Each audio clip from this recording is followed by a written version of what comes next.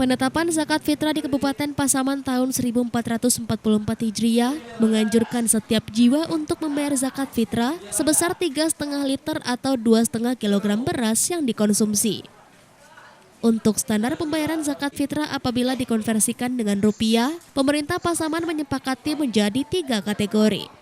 Kategori pertama dengan standar beras kualitas tinggi seharga Rp38.000, beras kualitas menengah seharga Rp35.000, dan standar kualitas biasa seharga Rp33.000. Selain menetapkan standar zakat fitrah, untuk pembayaran fidyah bagi kaum muslimin yang berhalangan menjalankan ibadah puasa, pemerintah Pasaman menetapkan fidyah sebesar 1,25 kg beras yang dikonsumsi atau senilai Rp20.000. Serta pembayaran zakat fitrah masyarakat bisa membayarkan kepada 8 golongan yang berhak menerima diantaranya fakir, miskin, rigab, garim, mu'alaf, fisabilah, ibnu sabil, dan amil zakat sebelum pelaksanaan sholat Idul Fitri 1 Syawal.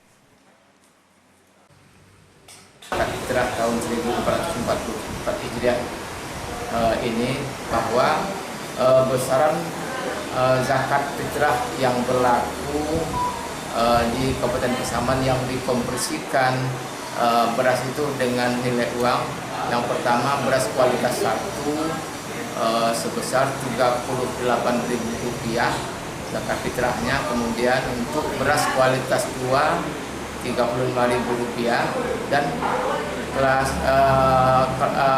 beras kualitas 3 sebesar Rp33.000. Kemudian ada lagi penetapan besarnya fidyah. Itu ditetapkan fidyah itu sebesar Rp20.000 per harinya. Dari Pasaman, Sumatera Barat, Aryo Hanas, iNews melaporkan.